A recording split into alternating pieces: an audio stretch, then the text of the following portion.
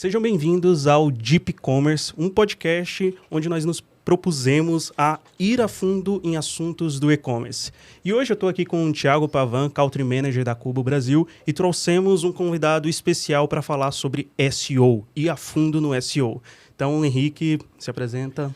Fala, galera. Cara, primeiro é um prazer enorme estar por aqui. Bom, antes de mais nada, meu nome é Henrique Zamprônio, tá? Eu trabalho com SEO fazem 6 anos, um pouquinho mais do que isso.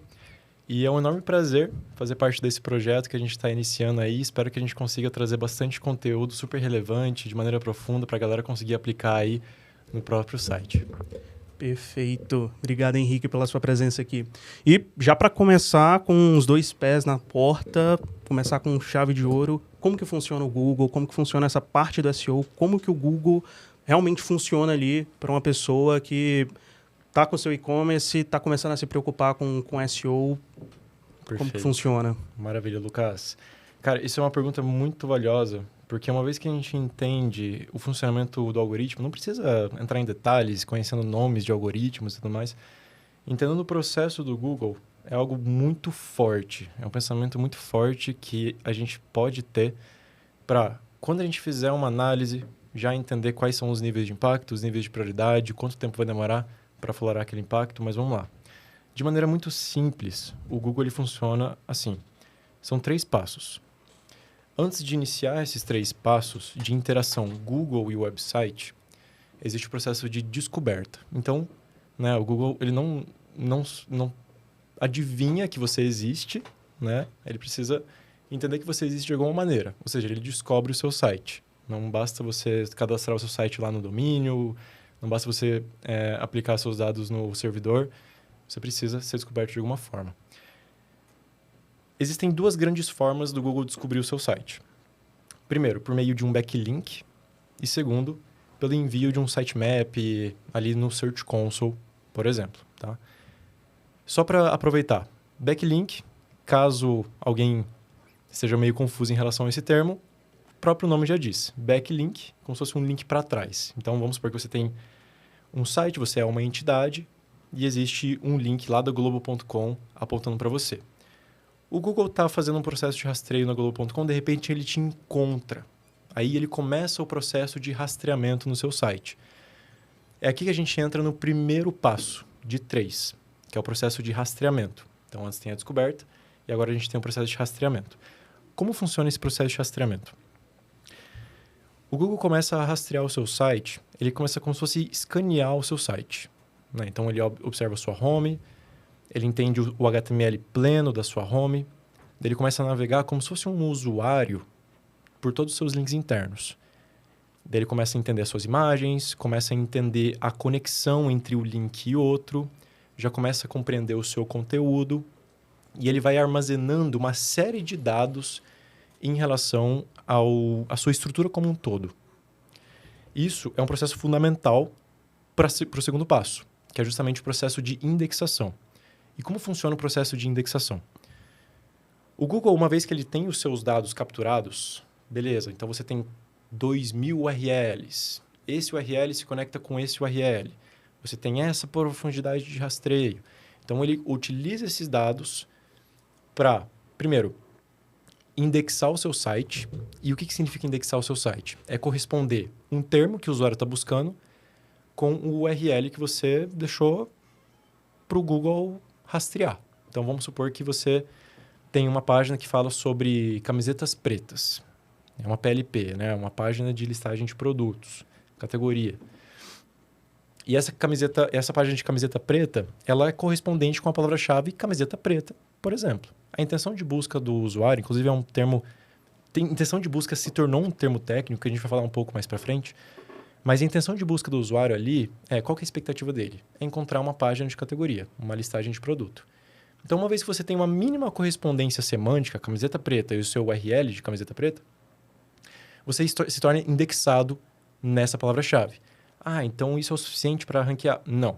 O processo de ranqueamento está no último passo. A gente está falando de processo de indexação, ou seja, correspondência semântica. No processo de indexação, também acontece uma gravação de dados já em relação a, cara, qual que é o seu nicho?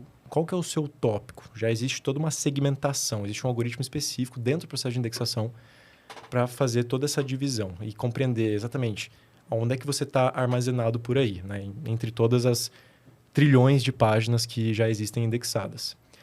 Depois do processo de indexação, ou seja, armazenamento, né, e correspondência de campo semântico, já existe o último passo. É aí que a mágica acontece. É aí que a gente começa com o processo de ranqueamento. E a maioria dos profissionais que estão começando com SEO ou se deparam que existe uma forma de ranquear o seu site, se apegam muito nesse último passo. E para todo mundo entender e ficar na mesma página, o processo de ranqueamento é o seguinte: depois que o Google encontrou o seu site, rastreou o seu site, escaneou o seu site, armazenou as informações, correspondeu o que você quer dizer com o que o usuário está buscando, aí ele começa a julgar o seu site. Então, ele pega todas as informações e ele julga com base em vários critérios. A gente sabe que, cara, existem inúmeros critérios de ranqueamento, certo? Mas para a gente entender e não precisar ficar decorando todos os critérios, a gente pode olhar para 2 grandes pilares de ranqueamento, 2 grandes grupos de ranqueamento. O primeiro deles é relevância. O que é relevância? Exemplo disso: velocidade, correspondência com a intenção de busca, qualidade das imagens, acessibilidade, correspondência de palavra-chave, conforme a gente está colocando um título e tudo mais. Então, isso e vários outros componentes criam o pilar da relevância. E qual que é o outro pilar de ranqueamento? Autoridade. E a autoridade, aqui a gente já começa a encontrar 2 grandes conceitos dentro da autoridade. Eu gosto de falar PageRank e popularidade. Qual que é a diferença entre eles? O PageRank, você conquista essa métrica, inclusive foi a primeira métrica de ranqueamento, o primeiro fator de ranqueamento que o Google criou lá em 97, na Universidade de Stanford, na Califórnia. E esse tal do PageRank, criado pelo Larry Page, né, o cofundador do Google, ele consiste o seguinte: qual que é a quantidade e qual que é a qualidade dos seus backlinks? Com isso, você compõe o cálculo do PageRank. Então, com isso, você tem um fator direto de ranqueamento a partir dos backlinks, além deles servirem como um grande fator de encontro do seu site para o Google começar a rastrear. Também é relevante para a autoridade. E o outro ponto da autoridade é popularidade. Aqui, agora, a gente já tem métricas que tangem o subjetivo do Google. Como assim? O Google avalia você como uma entidade. O que é entidade? É uma coisa. Mas, enquanto a gente olha a nível de SEO, essa coisa é como se ela fosse dona de um termo. Vou dar um exemplo. Por exemplo, quando a gente busca por cavalo no Google, o que você espera encontrar? Uma foto. Uma foto de um cavalo, um animal, né? Sim. Agora, vamos buscar por jaguar. Já pensei no animal. Inicialmente eu pensei no animal, mas depois eu pensei, se não me engano, na marca de carro. Exato. Pessoal de casa, façam a busca por jaguar. Tenho certeza que vai aparecer o carro. Ou seja, jaguar é uma entidade. E quem é dono dessa entidade é a marca de carro. Quem é dona da entidade cavalo é o animal. Quem é dono da entidade jaguar animal é o animal cavalo. Porque a gente precisa fazer um modificador de busca para encontrar essa entidade.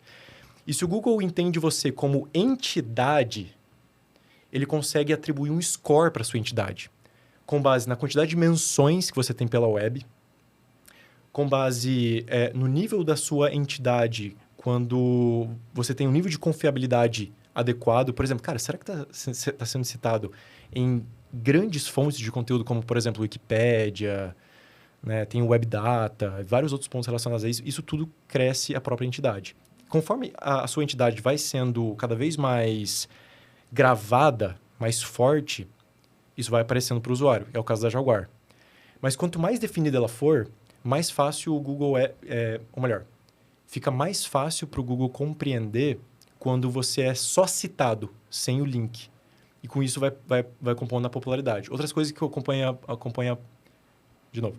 Outras coisas que compõem a popularidade também é avaliações do seu produto, por exemplo, no seu e-commerce, avaliações do seu serviço, no seu e-business. Então, tudo isso vai fomentando a popularidade que fomenta a autoridade. Então, de novo, 2 grandes fatores de ranqueamento: relevância e autoridade. Tendo esses 3 pontos certinho por aqui, a gente já tem uma boa estratégia de SEO.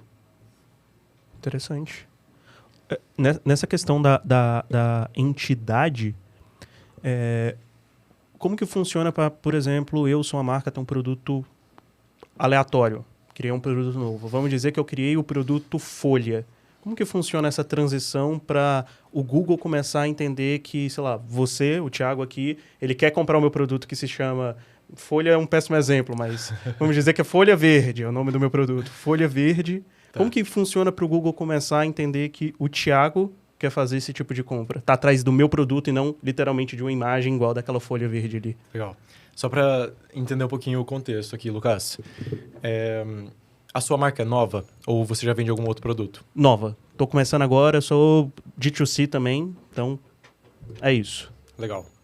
Para o Google começar a entender que agora você tem um produto que se chama Folha Verde e você quer fabricar como se fosse uma entidade para esse cara e fazer com que isso apareça no Google, a não ser que seja a própria Folha Verde, você precisa construir uma comunidade em cima disso. Então, o Google ele se baseia muito em comportamento de usuário e em intenção de busca. Existe um componente no algoritmo do Google de ranqueamento que se chama NavBoost. Inclusive, esse componente foi descoberto recentemente a partir... Acho que não precisa entrar em tantos detalhes, mas foi basicamente a partir de um processo que o Google recebeu por monopólio e também ele entrou em evidência a partir do vazamento do algoritmo há 3 meses atrás, né? E o NavBoost ele consiste da seguinte maneira. Quando você faz uma busca no Google, o Google grava essa busca, essa query, que eles falam tecnicamente, e ele começa a observar o seu comportamento. Então, por exemplo, imagina só, o Google fez, ou melhor, o usuário fez uma busca chamada folha verde. Ele entrou na primeira posição, ele viu que, pô, cara, isso aqui é só uma folha verde.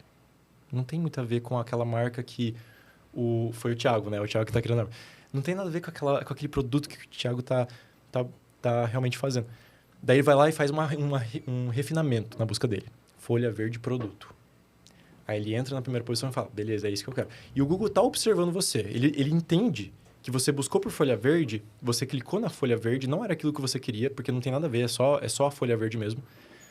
Você refinou a busca e agora sim, você passou um tempo no site do Thiago para olhar aquele produto, até talvez comprou aquele produto. Talvez dados de compra não é exatamente monitorado, mas comportamento e engajamento é perfeitamente monitorado porque o Google utiliza dados do Chrome para entender isso. Então, basicamente, você precisa criar uma comunidade, você precisa criar intenções de busca para gravar a sua entidade. Até porque é por isso que Jaguar hoje é dono da entidade Jaguar. Porque, de maneira intrínseca, a intenção de busca do usuário, quando ele busca por Jaguar, é o carro. De maneira deliberada, é o carro e não o animal. Né? Então, um percentual muito pequeno das pessoas realmente refinam a busca para Jaguar animal. Por isso que o Google prefere já exibir de uma vez por todas Jaguar carro. Mas o Google tem também, há bastante tempo, ele personaliza a busca por usuário, né? Por localização do usuário, histórico de busca, se o cara está conectado no Gmail, coisas desse tipo. Então, pode ser também que ele já tenha dados suficientes do usuário para ele saber que quando o cara procura Jaguar é um especialista em animais silvestres do América do Norte. Então, esse cara quer Jaguar animal e não Jaguar carro. Exato. E o outro cara que conecta da Turquia é um super aficionado por carro. Ele sabe que esse cara está procurando carro, né? Já tem esse nível de... Sim. De maturidade, de fato, de personalização, de busca do... Quanto é que, né? Tem várias vezes que a gente vai viajar para fora do país, a gente tem que falar para pesquisar só no Brasil, porque começa a aparecer buscas em outra língua. Ele acha que a gente está, né, no Chile. A gente vai numa aba anônima várias vezes para testar o nosso próprio marketing, para o Google esquecer que a gente é a gente, para ele mostrar o marketing para a gente. Então, o Google tem um super nível de personalização já também, né? De entender fato quem você é e mostrar coisas que ele julga relevantes para o seu perfil de usuário como buscador. De fato. Thiago, inclusive, o que você acabou de falar, cara, ficou bem mais claro, inclusive, depois desse acesso da comunidade SEO com os documentos de chamadas de API do Google. E isso que você falou é gerenciado por um grande componente do processo de ranqueamento que se chama Twiddlers. E os Twiddlers são vários, né? Tem o NavBoost, que ele é responsável por olhar o comportamento como um todo do usuário, nível de qualidade das páginas, para fazer esse ranqueamento. Tem o Location Boost, que é responsável por observar, cara, qual que é a localização desse usuário? E com isso, existem fatores de rebaixamento, onde, por exemplo, o usuário está buscando por, sei lá, carro, só que ele mora no Nordeste. Daí existem páginas, vamos supor lá do site Web Motors, que está aqui no Paraná, está no Rio Grande do Sul. Essas páginas que estão indexadas para carro, para a localização onde esse usuário está aplicado, eles vão ser rebaixados, por exemplo. E com isso ele tem um melhor ranqueamento para o Nordeste. É por isso que quando chega um cliente, provavelmente para vocês, e fala, eu quero que com essa palavra-chave meu site seja o primeiro do ranking do Google, você tem que perguntar, tá, em qual contexto você quer ser o primeiro? Exato. Porque para alguém que é acessar da Argentina, você não vai ser o primeiro, mas para alguém de São Paulo, você pode ser o primeiro, porque tem esses contextos todos Perfeitamente. que o Google leva em consideração. Né? É isso aí, Thiago. Muito bom. Interessante, interessante. E o que foi esse vazamento do Google que você acabou de citar? Ah, boa. No final de março, cara, um profissional da comunidade SEO que se chama Rand Fishkin, inclusive, para mim, ele é uma das maiores referências de SEO do mundo. Eu não sei se vocês conhecem a ferramenta Moz. Uhum. Foi ele que criou. Ele que fundou essa ferramenta junto com outro cara que... Perdão, outro cara que fundou a Moz, mas esqueci o seu nome. Mas que fique o crédito para você aqui. O Rand Fishkin, ele recebeu uma ligação de uma fonte anônima, que até então ele não podia liberar, mas depois ele acabou liberando, mas eu também não lembro o nome desse cara. Que falou assim, olha só, Rand, é o seguinte, nesse momento eu tô em posse de vários documentos de chamadas de API e tem mais de 14 mil parâmetros por aqui. E, cara, eu acredito que isso aqui é verídico, eu acredito que isso aqui realmente compõe o algoritmo de busca do Google. E você, como uma grande autoridade, né, de divulgação de conhecimento de SEO no mundo, eu acredito que você é uma das melhores pessoas para realmente divulgar isso, né? Então, essa fonte, ela não tinha um poder de divulgação, né, e ela quis realmente fazer acontecer. Daí ela foi atrás do Rand Fishkin. Como o Rand Fishkin é uma grande autoridade em SEO, só que ele não é o cara... A maior referência técnica em SEO, ele chamou um cara que, para mim, é a maior referência de SEO técnico do mundo, que se chama Mike King. É um cara que também está nos Estados Unidos. E o Mike King, ele já trabalha com SEO faz 20 anos. Ele debulha Python, JavaScript. Então, ele consegue entender todo esse universo de SEO técnico e desenvolvimento. Inclusive, pessoal, se vocês quiserem buscar por conteúdo do Mike King, ele é dono da agência iPullRank, vale muito a pena ler os conteúdos dele.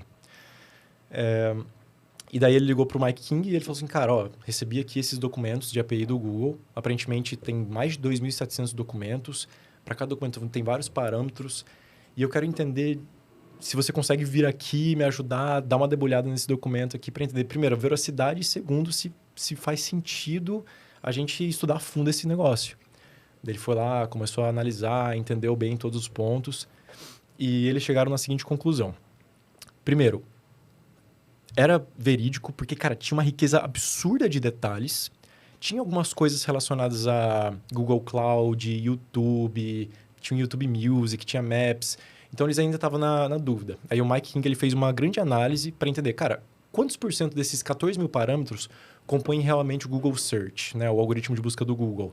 Ele percebeu que quase 8 mil parâmetros daquele 14 mil realmente têm conectividade entre si. E, inclusive, ali foram revelados vários nomes de algoritmos que antes a gente tentava imaginar como é que funcionava.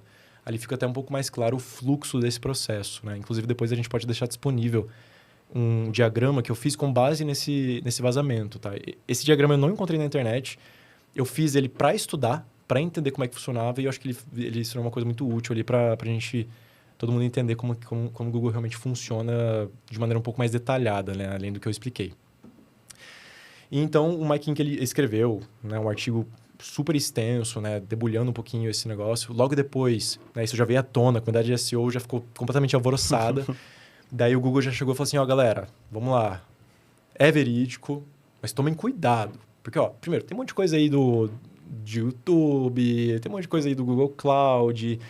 E vocês não sabem exatamente quanto tempo tem esse documento. E, ao mesmo tempo, vocês não sabem se a gente realmente utiliza no search.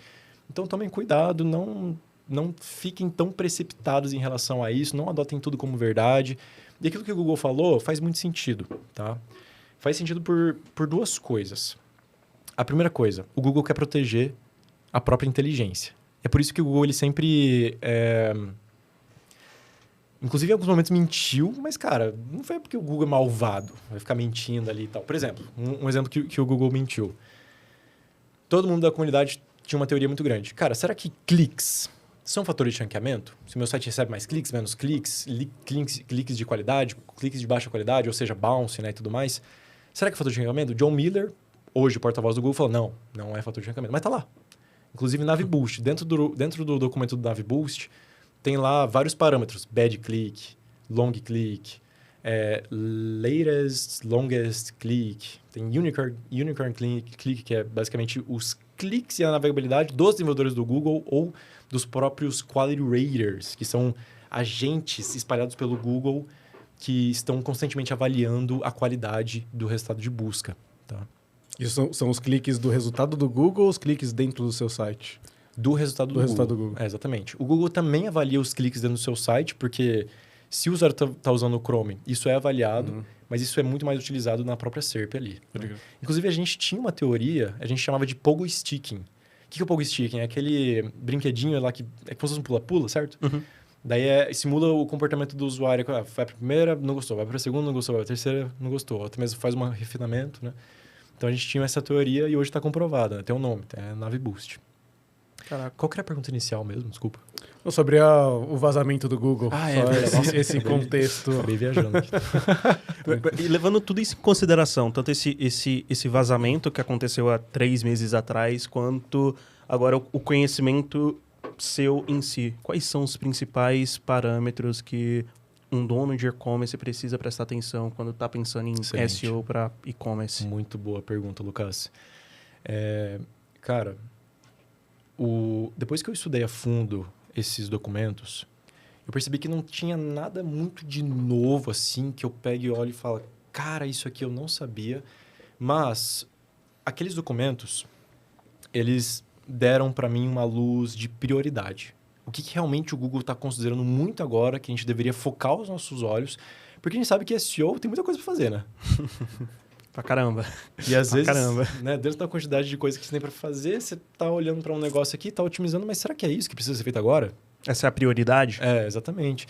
Então, me deu uma luz muito grande de prioridade. E a grande prioridade que qualquer lojista hoje, ou qualquer dono de um site qualquer deveria estar olhando para hoje, é justamente a correspondência de intenção de busca. Porque é isso que vai fazer com que, quando o usuário busca algo, ele entra no seu site, o Google vai estar observando para esse usuário, ou melhor, o Google vai estar observando esse usuário e ele vai estar entendendo que o seu site é realmente relevante com base nesses dados do Chrome. Essa, na minha opinião, é a maior revelação. Inclusive, Naviboost é uma das coisas que mais estão sendo faladas na comunidade SEO ao longo do mundo ali, depois desse vazamento. Tá? Então, essa é a grande sacada que a gente precisa ter. Putz, Henrique, mas meu site não está nem no Google, cara. Aí não adianta muita coisa. aí, realmente, cara, tenta olhar para esses 3 passos de volta. Vamos lá. O Google, primeiro, está conseguindo descobrir o seu site? Ele está conseguindo descobrir que o seu site existe? Cara, tenta dar uma avaliada. SimilarWeb, por exemplo, é uma ferramenta... Beleza, a versão gratuita nem se compara com a versão paga, mas a versão gratuita ainda te mostra os dados de backlink. Quantas referências você tem? Putz, não tem nenhuma. Cara, então dá um jeito de conquistar pelo menos uma referência. O Google precisa dar um jeito de começar a rastrear o seu site de maneira dinâmica todos os dias. E não vai ser você enviando o sitemap, pedindo para o Google rastrear URL por URL no Search Console. Você precisa de uma certa escalabilidade para isso. Então, com isso, backlinks. Antes de você olhar para backlinks, você precisa garantir que o conteúdo do seu site realmente faz sentido. Inclusive, um ponto bem importante que a gente acaba falando para os nossos clientes é o seguinte. Aí, pessoal da Live, vocês fazem só backlinks? Antes da gente responder essa pergunta, a gente dá uma avaliada geral no site do cara. Por quê? Se o site do cara não é relevante o suficiente e a gente começar a aplicar backlink, o que vai acontecer? O Google tem vários algoritmos que compreendem nível de spam, que fazem relação de autoridade e relevância, ou seja, se é compatível ou não. Ou seja, se a gente começar a criar vários backlinks para esse site e ele não é relevante o suficiente, isso aqui vai ser uma perda de tempo e uma perda de dinheiro. Porque vai chegar no momento que você já tem uma autoridade, você até está posicionando, mas com base nos dados de navegabilidade, o Google vai falar o seguinte, cara, esse site aqui não está correspondendo à autoridade com a relevância. Então eu vou, na melhor das hipóteses, cancelar o que eu já acatei de autoridade dele. E na pior das hipóteses, penalização. Inclusive tem até parâmetros Anchor Penalty e Backlinks Penalty, onde, como essa é a pior das hipóteses, a penalização envolve desindexação completa do domínio. Então, o Google pode até visitar o seu site de vez em quando, mas como o seu site já está no blacklist, né, tá penalizado, ele nunca vai ser indexado. Por sua vez, nunca vai ser ranqueado. Aí, até você reconquistar a confiança do domínio, vai tempo. Então, a gente faz essa análise e a gente conduz o nosso cliente para isso. Cara, ó, você não está preparado para receber backlink agora. A gente precisa ajustar a sua relevância para você ser realmente um cara merecedor de receber essa autoridade. Daí, a gente traz artifícios relacionados a... Cara, vamos lá. Vamos supor uma pessoa que produz um conteúdo muito excelente no Instagram. Tem um feed lá, show de bola, só que ela tem, tipo, 50 seguidores. Lá, 100 seguidores. E o trabalho de backlink é como se fosse um influencer promovendo essa pessoa. Por exemplo, o que aconteceu no judô, no ouro, no Brasil, nas Olimpíadas? Pô, aquela mina lá é muito foda. Desculpa, não sei se eu posso falar. Aquela mina lá é muito foda. E ela tinha coisa de 100 mil seguidores. Né? E o ouro dela foi transmitido pela Cazé TV. Isso, pela Cazé TV. Aí tava sendo transmitido por dois narradores lá, né, comentarista e tal. Daí, de repente, chegou lá o Cazé e falou assim, não é possível que essa mulher aqui tem só 100 mil seguidores. Galera, chega lá, segue mesmo, merece e tal. Cara, em coisa de 1 hora ela foi pra 3 milhões, não foi? Uma parada assim? Isso. Então, é como se fosse um boost ali. A Live faz esse boost. Ó, esse cara é merecedor. Daí a gente vai, conquista alguns backlinks com base em algumas estratégias específicas. Aí esse cara, ele tem um ganho de tráfego orgânico com base no que ele realmente merecia. Ele só tava... Ele não tinha visibilidade ainda. Isso, ele não tinha tanta visibilidade pelo Google nesse sentido. Então, é basicamente aí. Cara, e entrando um pouco mais no detalhe da mecânica, como que né, a mecânica específica do Google vendo a intenção do usuário no seu site. A forma de alguém que tem um e-commerce, como é que ele consegue mensurar isso? Eu imagino que, por exemplo, esse cliente tenha, sei lá, um Google Analytics instalado no site dele, ele consegue ranquear as palavras-chave orgânicas que vieram do Google, ver a taxa de permanência por página, etc. Você consegue explicar um pouco mais a fundo, né, como é que essa pessoa bate o olho ali numa palavra-chave X, na página que tá dando acesso no site dele através dessa palavra-chave, qual que é uma métrica de engajamento que mostre que está no caminho certo, de que você está gerando, você está atraindo, né, o Google está te indexando, já te indexou, tem uma palavra-chave que você está conquistando cliques, qual que é o faro para você olhar, tá dando certo, essa página está correspondendo à intenção dos usuários, questões estratégicas do tipo, como é que eu consigo ranquear keywords que estão dando baixíssimo engajamento, é melhor tirar essas páginas do ar, porque o Google vai me penalizar por causa disso. Entra um pouco mais a fundo nessa mecânica da intenção que o Google enxerga do seu site. Excelente, cara. Teve um cliente meu que ele era uma loja de móveis, tá? Então, ele era algo mais horizontal, assim. Então, tinha sofá, tinha cadeira, tinha mesa e tudo mais. E daí, eu estava querendo fazer um teste, justamente entrando nesse ponto. Eu percebi que ele estava ranqueado na 13ª posição para cadeira. Né? Headtail, né? Cadeira e tal. Nesse momento, eu tentei pensar assim, cara, como é que eu posso tentar hackear a mente desse usuário, ou dessa galera que está buscando por cadeira, e entender realmente o que eles esperam, qual que é a expectativa deles. E daí, me esforçando um pouco, eu entendi que a expectativa desses usuários é que o Google mostre para ele quais são as opções de cadeira e o que ele poderia ali escolher para comprar, por exemplo. Então, ele está numa jornada mais de tentar entender um pouquinho. Ainda transacional. Porque se fosse uma jornada mais informacional, nessa SERP, nessa página de resultado de pesquisa do Google, ia estar aparecendo mais blog posts, né? Talvez até vídeos do TikTok, mas nessa época não tinha TikTok. Então isso foi em 2020. Aí eu percebi que o usuário tinha essa expectativa, que o Google mostrasse para ele. Só que eu pensei o seguinte, cara, não vai ser o Google que vai mostrar. Vai ser o site que está melhor atendendo a essa expectativa. Mas como é que você percebeu que era essa a expectativa do usuário? Porque é o seguinte, cara, eu estava navegando por palavras-chave na Espanha. Uhum. E eu percebo que na Europa, Espanha, o pessoal tem uma intenção de busca bem parecida com o Brasil. Inclusive, SEO internacional entra grande dificuldade aí, porque as intenções de busca mudam muito de acordo com os países. Mas a Espanha, inclusive, é um dos espelhos, né? Um dos melhores SEOs estão por lá. Juan González Vidia, inclusive, trouxe muito conhecimento pra gente enquanto o Lucas estava na Espanha. Enfim, aí eu percebi que, por exemplo, quando o usuário buscava por barbacoas, que é churrasqueira em espanhol, tinha um site posicionado acima do Leroy Merlin. E Leroy Merlin, para mim, é o maior case de SEO internacional. Você vai perceber que às vezes tem alguma página ou outra que não faz muito sentido e tudo mais, mas, cara, é um site muito gigante, né? É um site que atende vários países, então é normal ter algumas falhas. E tinha um site que estava posicionando em primeiro, que era barbacoas.online. E eu percebi que era um site mais recente, né? Olhando para o Ahrefs, por exemplo. E eu percebi que a diferença entre barbacoas.online e Leroy Merlin era que Barbacoas estava apresentando um layout para o usuário de uma maneira completamente diferente com a Leroy Merlin. A Leroy Merlin estava apresentando basicamente uma PLP. Né? Uma listagem de produto ali, beleza, você quer churrasqueira? Isso aqui, ó. Aí tem lá umas de tijolo, outras de aquela que você tem até um carrinho assim, né, de metal. Agora, esse barbacoas.online tinha 3 opções.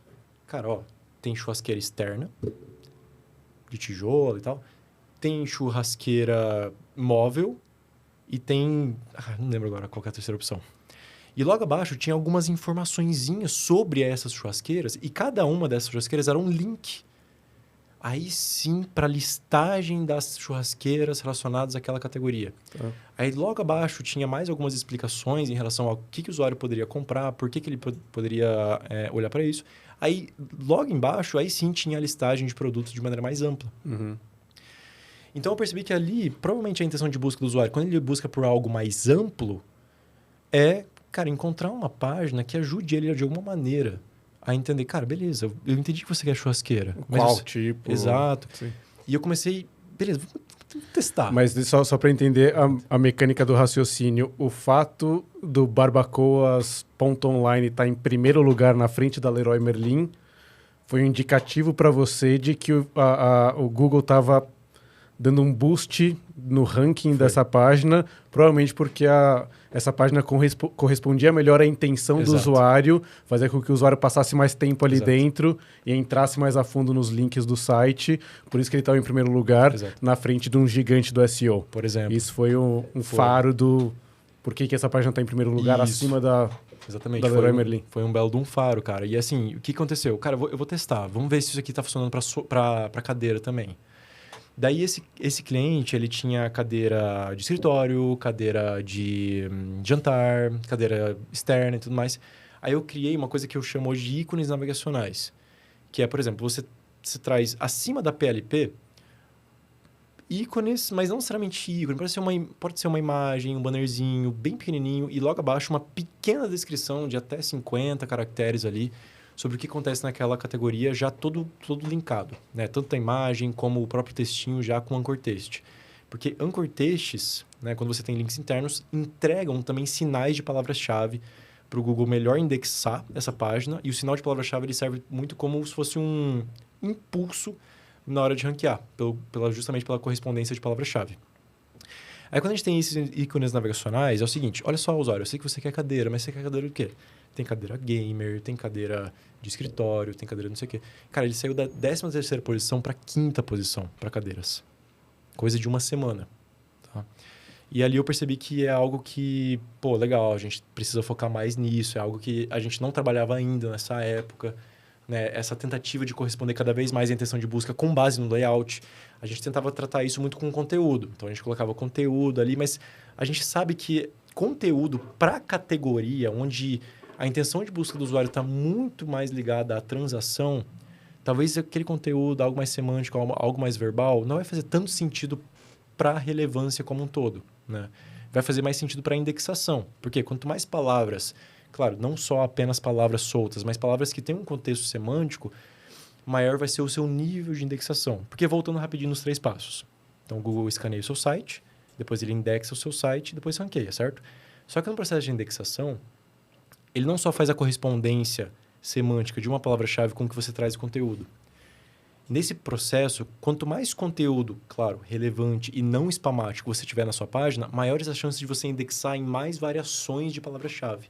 Por isso que conteúdo de categoria é algo muito importante, porque ele amplia a indexação. Eu costumo chamar também que indexação é basicamente o volume de palavra-chave por URL que você está indexado. Quanto maior a indexação, maiores as chances de vocês ganharem um tráfego mais para frente, ranqueando todas as palavras, essa nuvem de keyword que a gente vem conquistando. Agora, um termômetro para entender se isso está dando certo ou não, cara, velha taxa de engajamento do Analytics. Percebeu que o usuário está passando mais tempo por ali, já consegue perceber que se não percebeu um resultado positivo em cliques, provavelmente vai vir logo. Mas é importante também dar uma filtrada no canal orgânico, no Analytics. Procura filtrar o URL correto que você está analisando, né? Não abre tudo, todos os canais, todos os URLs. Olha, a taxa de engajamento não mudou. Então tem que dar uma filtrada para entender se a análise está sendo assertiva ou não. Agora, um termômetro muito impactante é justamente o posicionamento para a palavra-chave, ou pelo menos para a amostra da palavra-chave que você está trabalhando. Então, por exemplo, essa atuação específica que eu trouxe para esse cliente em termos de cadeira, provavelmente impactou cadeira, cadeiras ou outras variações mais headtails para cadeira. Só que a palavra-chave que eu observei como um termômetro foi justamente cadeiras. Olhando o posicionamento médio específico daquela palavra-chave. De novo, olhando o posicionamento médio específico daquela palavra-chave, observando o ganho de impressões, observando o CTR. Né? Então, tudo isso me trouxe uma luz em relação a, cara, o que eu preciso fazer aqui para atender melhor a expectativa de busca desse usuário. Uma outra forma de você compreender o que o usuário está buscando é justamente fazendo aquela busca no Google. Como já diz, inclusive, o Rafael Hess, ele é um cara super querido na comunidade SEO do Brasil ali. E ele trouxe numa palestra dele que eu achei muito, muito legal, cara, que ele fala: a verdade está na SERP. Quando você faz uma análise de intenção de busca, o Google ele já sabe, por meio de vastos dados, qual que é a intenção de busca daquele usuário, né, com base nos dados do Analytics, dos dados do Chrome. Então, o que está aparecendo por ali é a melhor correspondência possível para o que o usuário gostaria de observar ou de consumir enquanto conteúdo.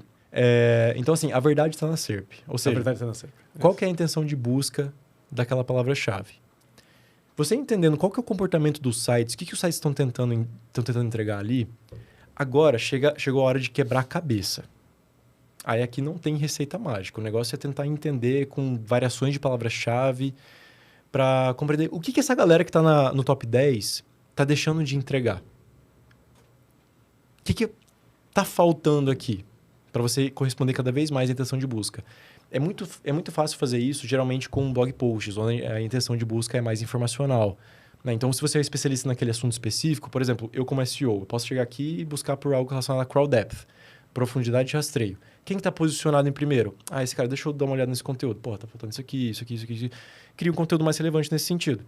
Então, claro, se você é especialista naquele assunto, fica muito mais fácil de você posicionar em primeiro, porque você consegue preencher lacunas e gaps naquele sentido. Então, por isso que fica mais fácil posicionar para blog posts. Agora, para você tentar resolver essa situação para páginas de produto, para páginas de listagem de produto ou categorias, aí é na base do teste. Mudou o layout, tem uma hipótese, cara, eu acho que isso aqui está melhor para o usuário. Deixa eu testar. Taxa de engajamento, posicionamento médio para aquela palavra-chave, não deu certo, tenta outra coisa. Deu certo, continua fazendo para outras páginas do seu e-commerce. Boa. Cara, e eu acho importante também você trazer alguma informação no sentido de... Né, a gente, né, no SEO tem desde como é que estão suas tags H1, seus alts das imagens, isso tudo até, sei lá, o seu domínio, se é .com.br, se é .online, o que quer que seja, mas 99% dos e-commerces hoje em dia, de quem vai abrir um e-commerce, vai abrir ou na Vtex, ou no Shopify, ou no WooCommerce, que não é flexível, você não pode mudar completamente tudo. Ele já é otimizado para SEO, a princípio, uma boa plataforma. Né? Vazou o Google, provavelmente o Shopify foi lá e fez pequenas modificações nos sites Shopify para se adequar melhor a essas últimas tendências do SEO, etc. Então, provavelmente alguém que está abrindo e-commerce agora ou que abriu nos últimos tempos escolheu uma plataforma para abrir. Tem pouquíssimos lugares onde consegue mexer. Vocês, como agência, também devem ter poucos lugares onde pode meter a mão ali. Como que uma pessoa que usa uma plataforma de e-commerce, de prateleira, digamos assim, onde ela tem superfície de ataque para melhorar o SEO dela? Legal, cara, excelente. Geralmente, essas plataformas de e-commerce de prateleira, né, eu gostei desse termo, inclusive, tem um mínimo de otimização de SEO, né, meta tags, garantem ali um H1 para você colocar, garantem um campo de descrição, pelo menos do produto, nem sempre de categorias. Então, onde elas têm um poder de ataque é justamente no conteúdo. Né? Então, assim, cara, você precisa construir realmente a sua marca. Você precisa fazer com que sua marca seja extremamente relevante ali. Se você não tem tanto poder de ataque em SEO técnico para mexer no código, melhorar a velocidade, mexer no layout, alguma coisa assim, você precisa garantir que a sua marca tenha muita força e construir a sua entidade, reforçar a sua entidade e, com isso, reforçar cada vez mais a sua autoridade. Putz, cara, melhorei bastante aqui, consegui realmente construir, mas daí eu não consigo passar de, vamos supor, 100 mil de tráfego orgânico. O que está faltando? Está faltando poder técnico. Aí entra uma migração, né? Por exemplo, vai uma plataforma mais robusta, uma plataforma que tem uma maleabilidade maior de velocidade. Né? Inclusive, a gente tem já alguns parceiros, permitem a menção aqui, mas, por exemplo, a Deco. Deco é uma plataforma headless, onde ela se encaixa em várias outras plataformas. E com isso, é como se ela tivesse o front daquela plataforma, né? Ela ganha muita velocidade. A gente tem cases, por exemplo, que migraram para Deco e aumentaram de maneira muito absurda a velocidade. Saíram, por exemplo, de 7 pontos para 99 pontos no PageSpeed Insights. Sabe? Então, tem essas opções. Então, primeiro, cara, não tem muito budget para pegar uma plataforma melhor. Não tem budget para dev. Constrói a sua marca da forma que dá. Garanta que esse produto está sendo entregue para esse usuário, para esse consumidor. Garante uma estratégia fortificada de frete. Por exemplo, hoje eu fui numa palestra do Gustavo Esteves, se não me engano, da Métricas Boss. E ele falou uma coisa muito legal, que é o seguinte. Cara, tá vendo essa página de checkout aqui? Primeira coisa, ela estava conversando com uma pessoa da plateia. Você sabe quantas pessoas abandonam o carrinho a partir do momento que elas calculam a frete? Putz, não sei. Se a gente souber a quantidade, que provavelmente, né? Óbvio que sem essa análise agora vai ser difícil de falar, mas vamos supor que seja alta. Pô, cada 1.000 pessoas que colocam esse produto no carrinho, calculam a frete, 800 vão embora. Será que não vale a pena a gente dar colocar de novo. Será que não vale a pena a gente colocar uma flexibilização nessa frete? Considerando a quantidade de dados, né? A quantidade de pessoas que estão abandonando seu carrinho por conta da quantidade absurda de frete que a gente tem, talvez investir na frete, a gente mesmo pagar a frete, colocar uma frete grátis, ou até mesmo aumentar um pouquinho o valor do produto, o preço do produto. Subsidiar o frete no valor do produto. Exatamente, né? Subsidiar e, enfim, colocar essa estratégia. Então, nesse momento, o cara que está começando, cara, foca na entidade, foca na construção de autoridade, foca na comunicação com o seu público e depois disso percebe que está difícil crescer, invista no SEO técnico, fazendo uma migração. Aí é muito importante que, se você está sem orçamento para contratar uma agência de SEO para fazer uma migração, cara, é muito importante olhar para redirecionamentos. E não só fazer o redirecionamento, mas migrar para o URL correto. Porque eu já vi cases absurdos de insucesso, galera. Um exemplo deles de migração é... O cara, ele estava começando a estudar SEO e ele já entendia um pouquinho esse conceito de autoridade, né? PageRank, quando você faz um redirecionamento de uma página para outra, você está conseguindo passar uma certa quantidade de autoridade e relevância e indexação que esse URL conquistou para o próximo URL que ele fez. Cara, olha só. O meu nicho, a maior quantidade de tráfego orgânico que eu posso ter está em páginas de categoria. Então, o que eu vou fazer? Eu vou aproveitar que eu estou migrando e eu vou mapear todos esses URLs antigos aqui que eu tinha para URLs novos. Só que eu vou passar, por exemplo, a categoria de tênis, vamos supor, eu vou migrar para categoria tênis. Só que daí o produto Nike, o que eu vou fazer? Eu vou migrar para a categoria tênis. Aí o produto Adidas, né, a página, a PDP de Adidas, vou migrar para categoria de tênis. Então ele migrou todas as páginas dele, com exceção da home, para categorias que faziam sentido. Resultado, 95% de tráfego a menos depois da migração. Caraca. Porque, cara, a intenção de busca e o nível de indexação para categoria é completamente diferente de produto. Para você chegar numa página indexada de produto, você precisa colocar uma long tail. Para você chegar numa página indexada de categoria, você pode colocar uma head tail. Então são intenções bem diferentes ali que a gente tem, sabe? Então, e não é só redirecionamento numa migração, né? A gente precisa garantir que essa nova plataforma ela tenha uma velocidade melhor ou pelo menos igual do que a anterior, garantir que a versão mobile e a versão desktop sejam rastreáveis, garantir que a versão mobile e desktop sejam idênticas em termos de conteúdo, não permitir nenhum tipo de disparidade, garantir que todos os titles sejam migrados, descriptions sejam migrados, conteúdo incluído no site sejam migrados, as reviews, cara, que é uma coisa tão importante, difícil de migrar, tem que garantir que seja migrado também, dependendo do que você está utilizando para o usuário colocar esses reviews ali. Então, é muito importante garantir esses pontos de migração. E para o cara que, enfim, para o e-commerce que está começando, que talvez o SEO não faça sentido ainda. O cara pegou lá um Shopify, uma VTEX, ou até, enfim, montou o front lá com a Deco. Mas, enfim, o cara não tem orçamento para fazer o SEO ainda. Essas plataformas já vêm com o básico do SEO montado. Você acha que a estratégia inicial, então, para ele construir a marca, construir a relevância, é apostar em social media, construir backlink e dar uma boa experiência para o usuário e conteúdo? Foco no conteúdo, gerar demanda via rede social e tentar criar um link juice ali via backlink. Isso. É basicamente isso, só tomando aquele cuidado do backlink. Então, se você não conseguiu construir uma relevância de entrega de conteúdo adequada, cuidado com os backlinks que você está construindo, porque pode ser que tenha uma disparidade. Então, pior das hipóteses, penalidade, melhor das hipóteses, supressão, e daí todo o trabalho que você fez pode ser jogado fora. E além disso, obviamente, né, Google Ads eu acho que é uma ideia bem relevante nesse começo, né, para depois você já ter mais faturamento, investir melhor na sua plataforma, investir melhor em devs, para daí você construir um SEO técnico bem elaborado.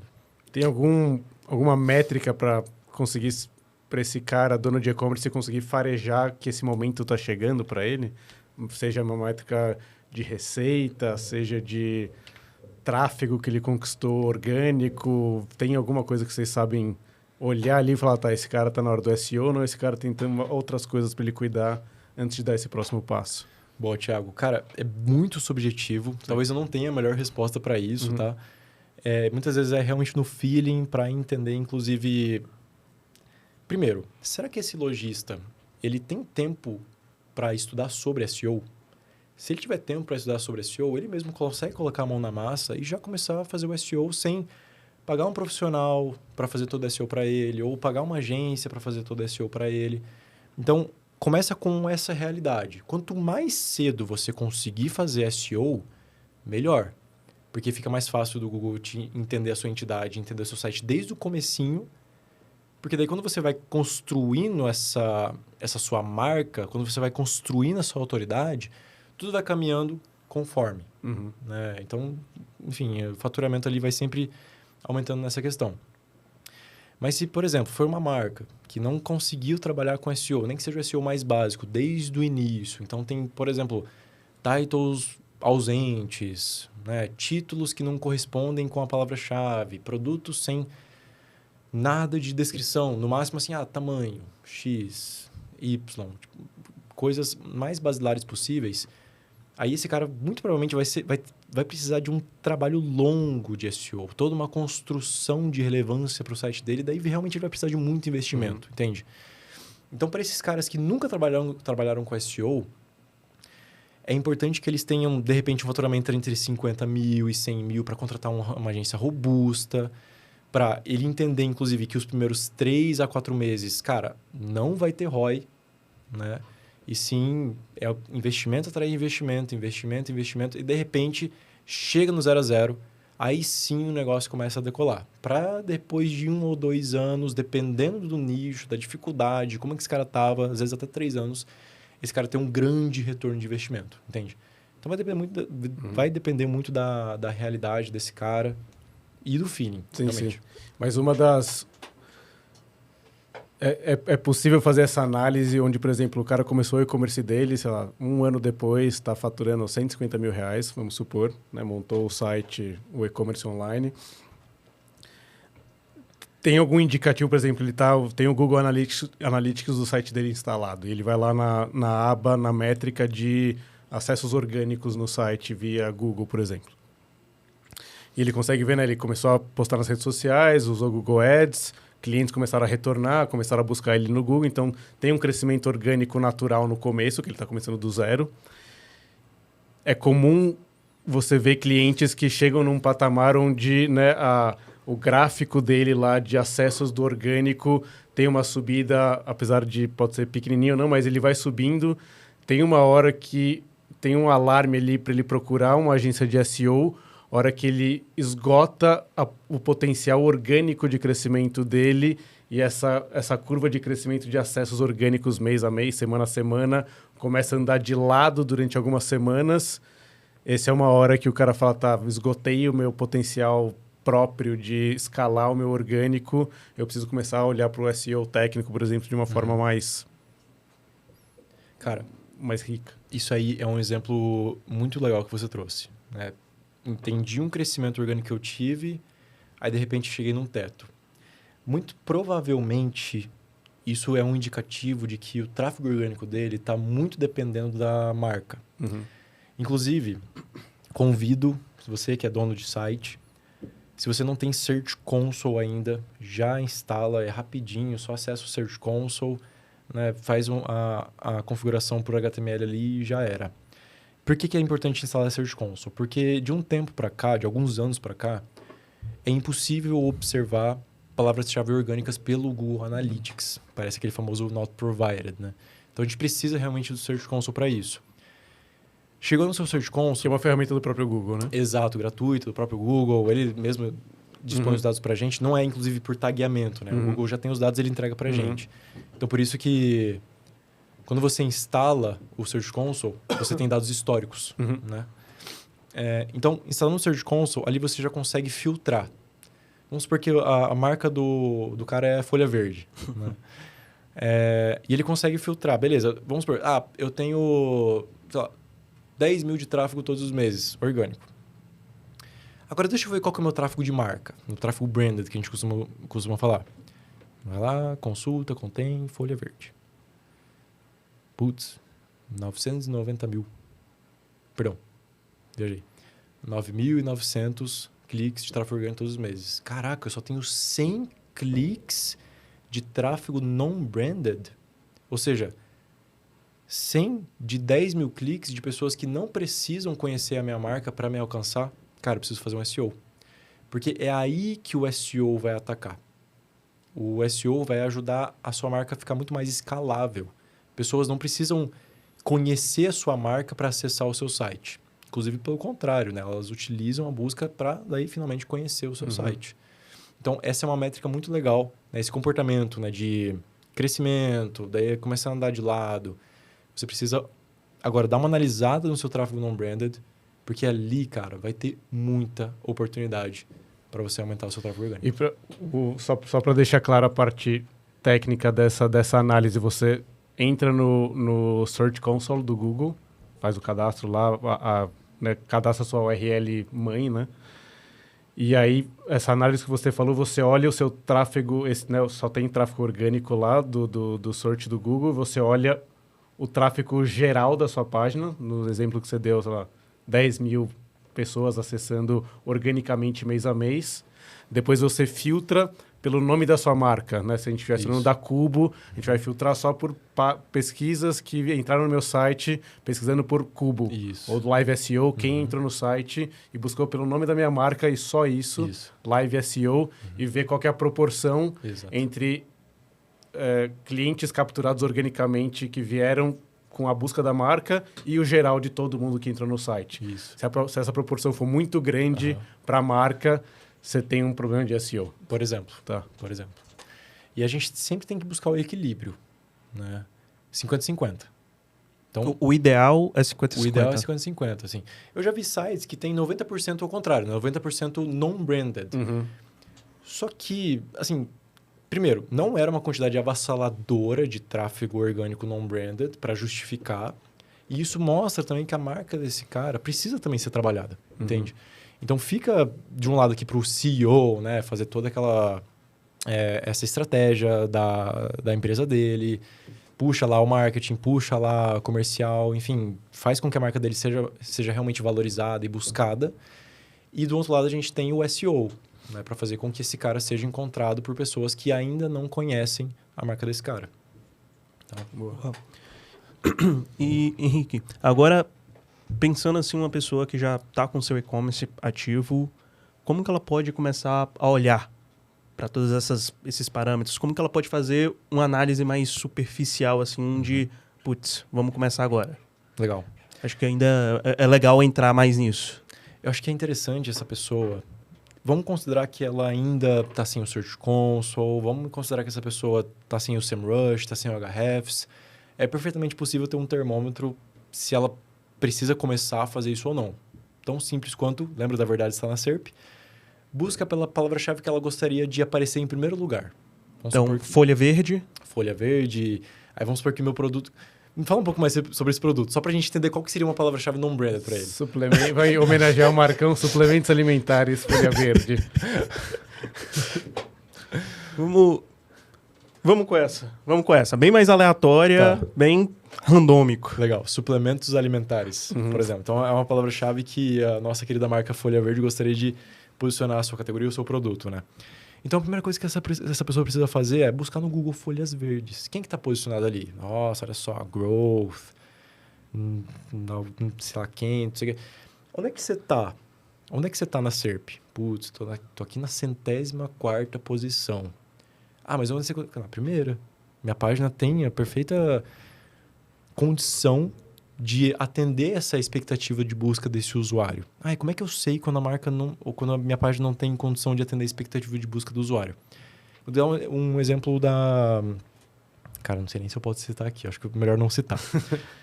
O exemplo de um cliente meu que ele vende camisetas, cuecas e outras coisas que envolvem nisso, né? Meia e tudo mais. E daí ele queria... Cara, eu quero posicionar para cuecas. Aí eu olho para a categoria de cuecas dele, tem duas cuecas. Tem uma cueca que tem uma parada lá anti-suor e tem uma outra cueca que é mais confortável. Assim, uma cueca performática e uma confortável. Daí eu falei, cara, vai ser impossível a gente posicionar para cuecas. Porque olha só a expectativa de busca do usuário. É uma listagem extensa de produtos. Então, cara, você pode ser a entidade mais foda do mundo aqui. Isso é o que você chama de headtail. Isso. Buscar por cueca. Exatamente. Você pode ser o cara mais foda do mundo, assim, enquanto marca. Mas você nunca vai alcançar o top 5 com 2 produtos. Porque esse é como se fosse o requisito básico. Então, vamos supor, uma categoria ela tem que ter de pelo menos 9 a 12 produtos, dependendo da intenção de busca. Se for uma intenção de busca talvez um pouco menos exigente, que não precisa tanta variação, ou seja, o comportamento padrão do usuário não é ficar lá um tempão olhando que tipo de produto que ele gostaria de comprar dentro dessa listagem de produtos, vai ok. Mas principalmente no ramo de roupas, onde o usuário geralmente ele quer ver várias opções ali, né? Você precisa ter vários produtos. É requisito básico. Aí depois você começa a trabalhar com conteúdo, ícones navegacionais e entre outros pontos nesse cara aí, tá? Entendi. Vamos fazer uma análise ao vivo de um site, cliente da Cubo. Maravilha, vamos lá. Vou até abrir aqui. Não sei se... Vou dar até um Windows P aqui, vamos ver. Só uma curiosidade enquanto você vai abrindo. O nicho de roupas é mais difícil de trabalhar no SEO? Porque eu fico imaginando a quantidade de... Cara, se eu te falar que é difícil, velho. Porque, assim... Primeiro, a maioria dos... pelo menos os nossos clientes, tá? Eles trabalham com roupas efêmeras. Então, geralmente é um fast fashion. Ou seja, acabou o estoque, acabou, cara. Aquela página já não existe mais. Aí a gente tem que trabalhar sempre com essa estratégia de redirecionamento para um produto que seja muito semelhante. Só que no processo de redirecionamento, existe uma ausência de... Ou melhor, existe uma pequena perda de autoridade, uma pequena perda de indexação. Por mais que o seu URL que você está redirecionando é o mais próximo possível. E é por isso que geralmente a gente cai quando a gente migra. Por mais que a gente faz certinho, geralmente 30%. É esses 30% que a gente estima que a gente perde de autoridade e indexação para esse novo URL. Tá? Entendi. Então, vamos lá. Primeiro, eu gosto muito de analisar como que o Google está rastreando esse site. Voltando na nossa mesma lógica. Então, se o processo de descoberta não está funcionando, o processo de rastreamento não está funcionando, o processo de indexação não está funcionando e de ranqueamento não está funcionando. Aqui, já dá para perceber que o Google rastreia, pelo menos, porque está indexado. Se a gente olha mata, a gente já tem essa indexação muito clara aqui, inclusive na primeira posição. O que eu vejo que falta? Nesse momento aqui, provavelmente já está faltando um trabalho de entidade. Porque olha só quando a gente busca por Live SEO, por exemplo. Já aparece um cardzinho aqui do lado que se chama Knowledge Panel. Ah, Henrique, mas olha só, isso aqui tem um endereço, provavelmente está sendo alimentado pelo Google My Business, né? Que hoje em dia já é chamado de Maps e tudo mais. Realmente, uma vez que você tem a sua loja, né, a sua entidade cadastrada no Maps, ali você já tem um certo impulso. Ah, putz, cara, mas eu não posso, né? Às vezes eu não posso revelar a localização do meu depósito ou do meu escritório, alguma coisa assim. Eu sou uma marca, até porque quando a gente busca por Apple, não tem nada de localização por aqui, só tem um reconhecimento de entidade, certo? Então, por isso que existem algumas maneiras de você fortalecer a sua entidade para você ter um Knowledge Panel, que é o nome desse carinha aqui, de maneira mais acessível para o Google. Conseguir indexar e trazer o processo de indexação a partir disso. O Knowledge Panel é um sinal de que o Google encara a sua marca como uma entidade. Isso, é um excelente sinal. Principalmente quando você está indexado dessa maneira aqui. Ó, já tem o logo, né, tem o nome da empresa. Olha só de onde que ele arrancou esse conteúdo aqui, né, do Wikipedia. Sim. Então, o primeiro passo aqui, muito provavelmente, é já implementar uma coisa chamada dado estruturado de organization. Tá? Então, isso é um ponto relevante para o Google entender que você é uma organização, sobre o que se trata a sua organização, qual é o seu logo, como é que é o nome da sua organização. Porque uma das coisas que fortalecem o sinal desse cara aqui é justamente esse dado estruturado. Henrique, coloquei dado estruturado, magicamente vai aparecer? Não, por enquanto não.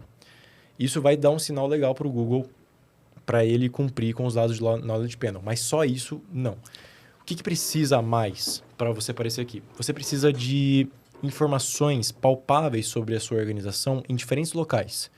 Eu gosto sempre de 2 locais. Primeiro, o Wikipedia é um local muito relevante para você colocar por aqui, só que aqui é meio tricky, né? É complicado a gente atingir esse patamar aqui de conteúdo sobre a sua organização.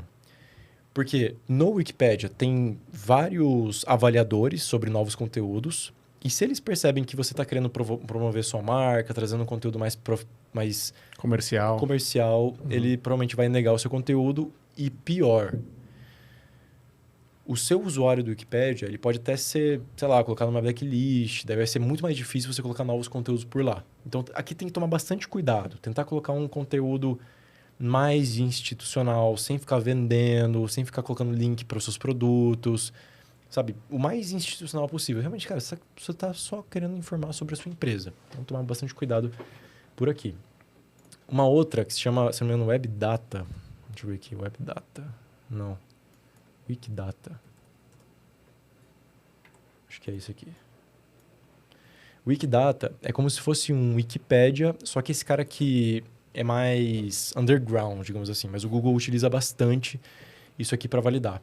Como poucas pessoas conhecem o Wikidata, fica fácil, né, do Google entender um pouquinho da veracidade dessa informação. Não é algo mais spamático que poderia estar passando no Wikipedia, por exemplo. Então, geralmente, o Google utiliza principalmente, não é só, mas principalmente essas 2 grandes fontes para alimentar o que seria esse Knowledge Panel.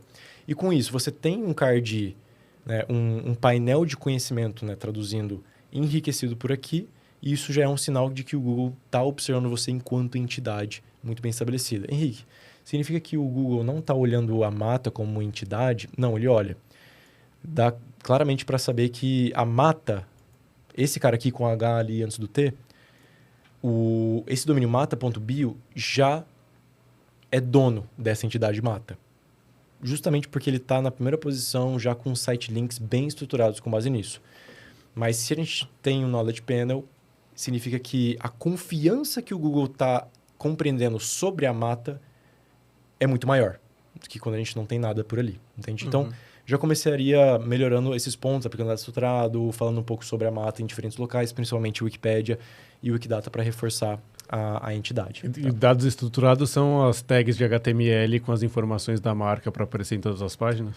Boa. Dá para estruturar dados com base no HTML, com metadata, mas a melhor forma de você estruturar os dados é com JSON, né? Com JSON LD. Como é que eu vejo isso? Tem um ponto aqui ó, que se chama Rich Snippets. Inclusive, a gente já vamos aproveitar e ver se a Mata tem o tal do organization aplicado por aqui. Basta você buscar por aqui, ó, search Google, test Rich Snippets, coloca o URL que você quer entender se tem o dado estruturado ou não. Então, leva 1 ou 2 minutos para compreender se tem ou não, e aqui a gente já compreende a aplicação do dado. Um outro ponto para analisar, aí já é uma página um pouco mais rudimentar, digamos assim, né? Era muito utilizada até 2019, mas depois deu uma certa descontinuada, é o Schema Test. Schema.org test. Ou Validator, né? E isso aqui é uma ferramenta onde a gente coloca também o URL, seria o URL, e testa, né? Vamos ver como é que está o nosso teste por aqui. Olha só.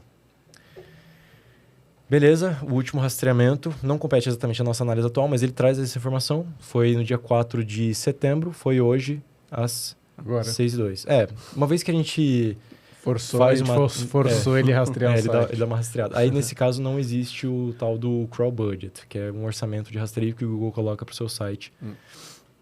É como se fosse um limitador, né? Porque o Google ele tem trilhões de páginas para ser rastreados todo dia. Então, para cada domínio, ele precisa colocar um certo orçamento. Olha só, lucas.com. Hoje eu vou te rastrear durante 40 segundos. Se eu não ver tudo, eu vou embora e eu volto amanhã. Ah, mas se ele volta amanhã, qual que é o problema de se preocupar com isso? Mas ele volta amanhã a partir do início, não a partir da retomada, né? Então, por isso tem que tomar bastante cuidado com a cota de rastreio. Então, olha só, a gente tem esse item sem nome aqui, onde ele coloca o type search action. Isso aqui provavelmente está em JSON já, só que ele traz só o tipo website. Isso aqui é o dado estruturado do tipo website, não é o dado estruturado do tipo organization. O dado estruturado do tipo website é interessante porque ele traz sinais mais claros do seu site a respeito dos seus links internos. E é por isso que o Google conseguiu indexar de maneira clara isso aqui. A gente não está falando da live, a gente está falando da Mata. É esse cara aqui. Existe um sinal, né, do dado estruturado de website que compõe esse cara. Ah, é obrigatório o dado estruturado de website para compor os site links?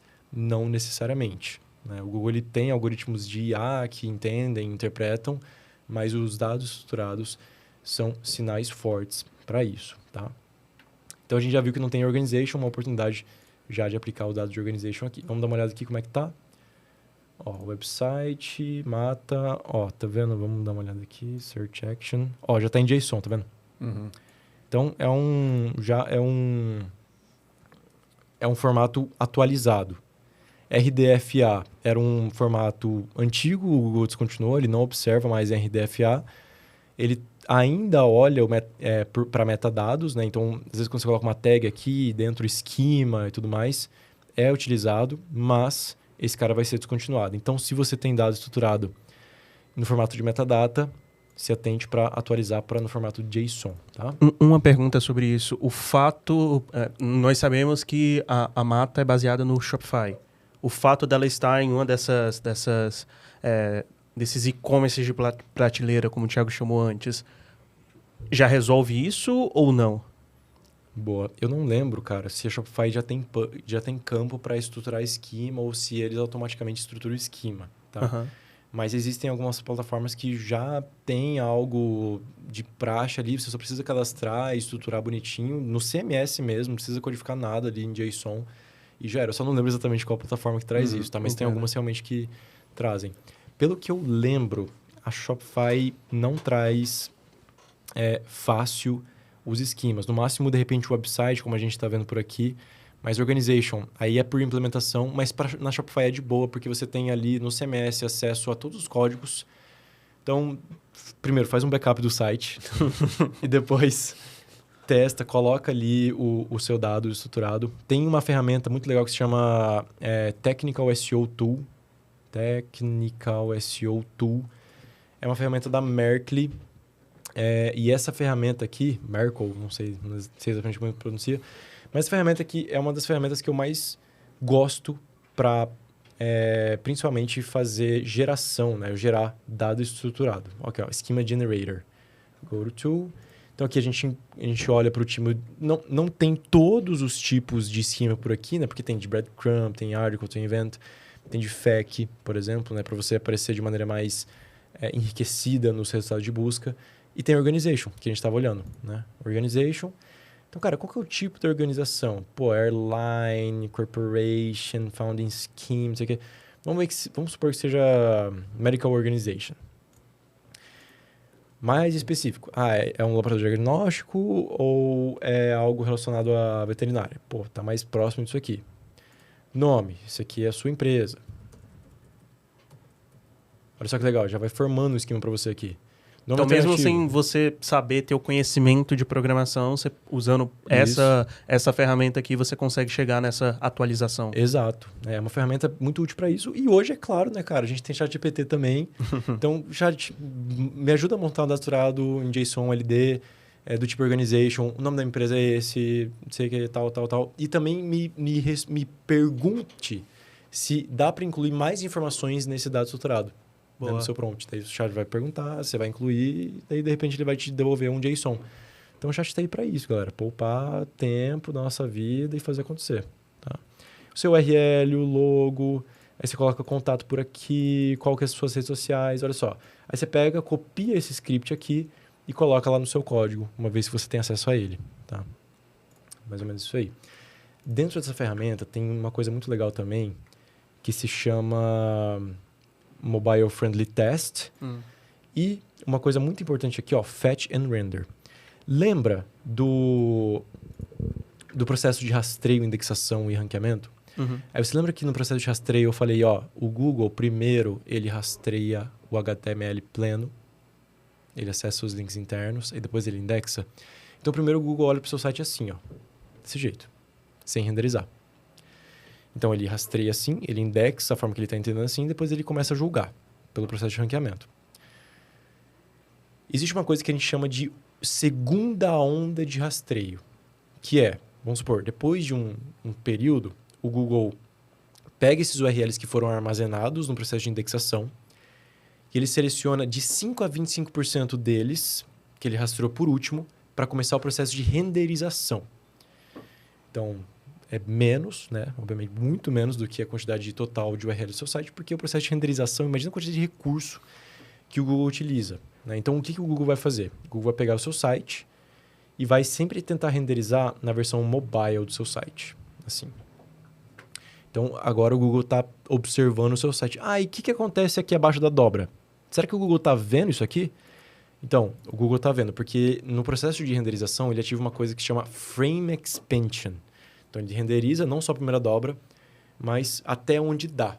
Daí, existe ali um limitador de até 15 megabytes de renderização para o seu site. Então, por exemplo, ó, se a gente olha para esse site aqui, vamos pegar aqui... Cadê? Tá aqui.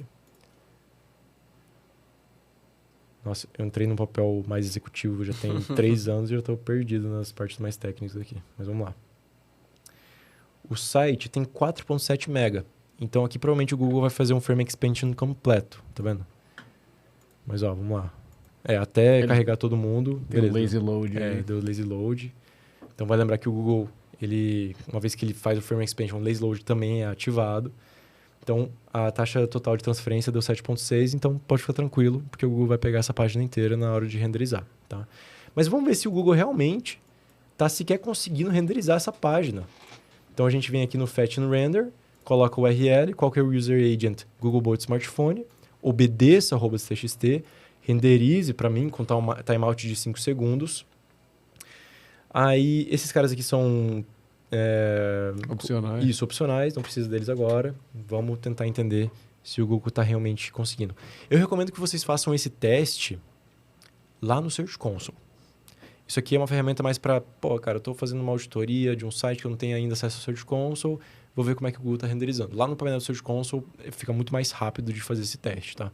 Basta colocar o URL lá, tem um campo bem claro, assim, coloca seu URL para inspecionar aqui. Inspeciona o URL, renderizar, pô, vai aparecer lá do ladinho como é que o Google está observando esse URL, tá? E por que a gente tem que se importar com a forma que o Google renderiza a página? Excelente, cara, boa pergunta.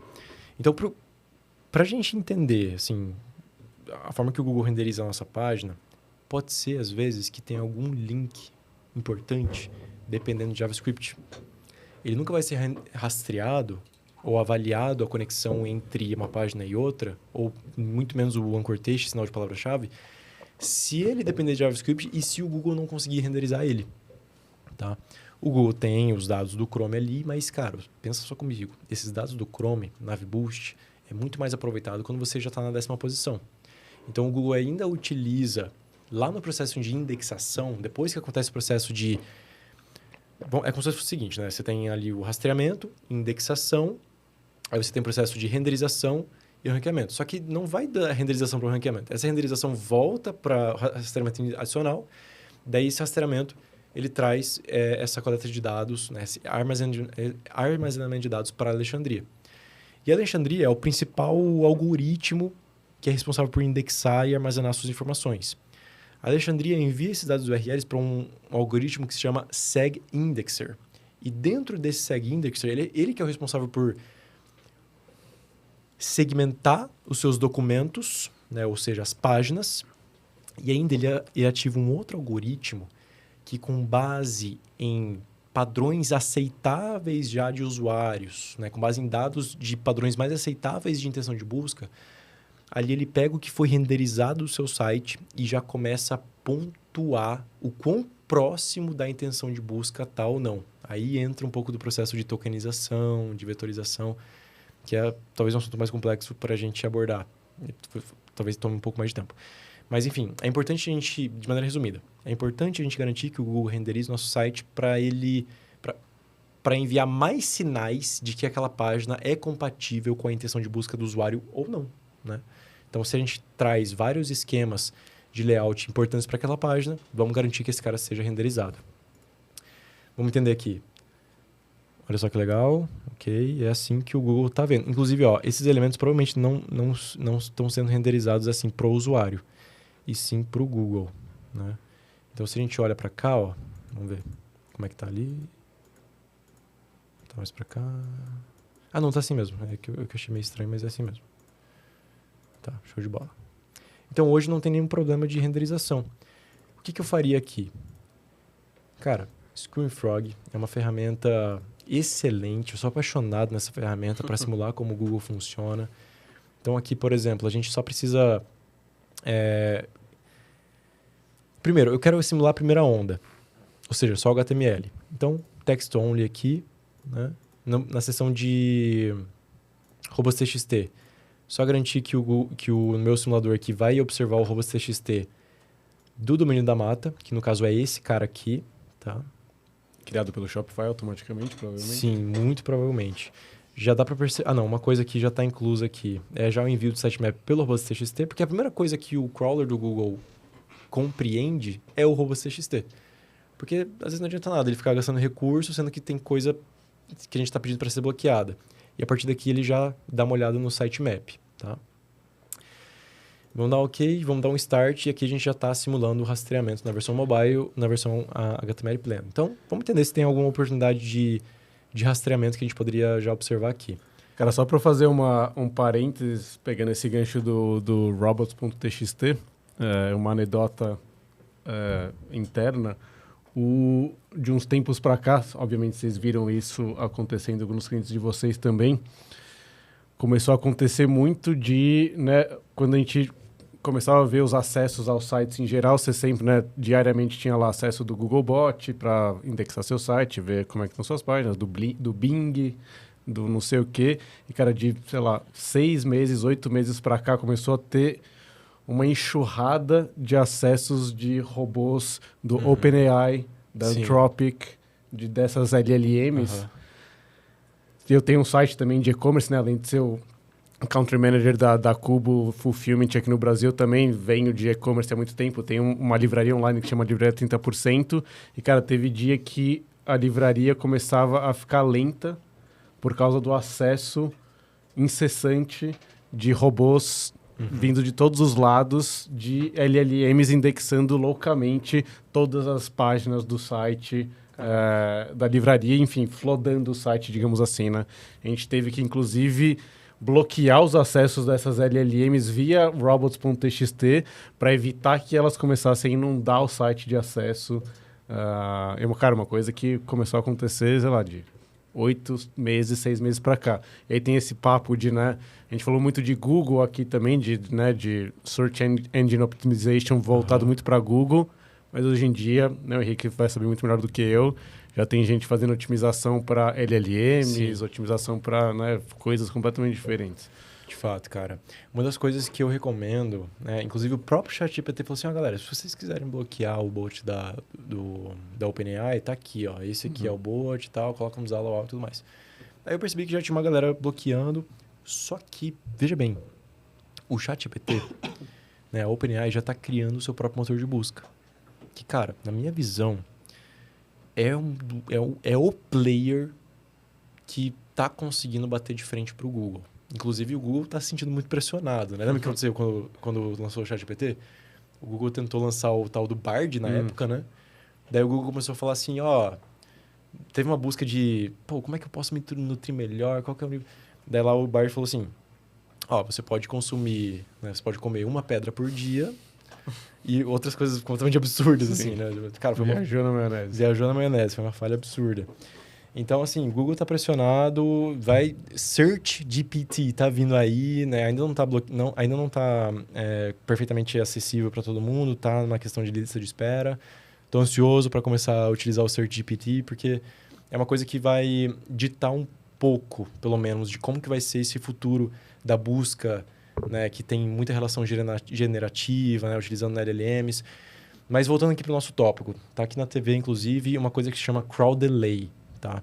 Então, hoje eu não bloquearia o ChatGPT. Inclusive, eu não trouxe nenhum tipo de recomendação para bloquear o ChatGPT em nenhum cliente, porque eu sabia que, eventualmente, o chat ia começar a citar de onde que ele arrancou aquela informação.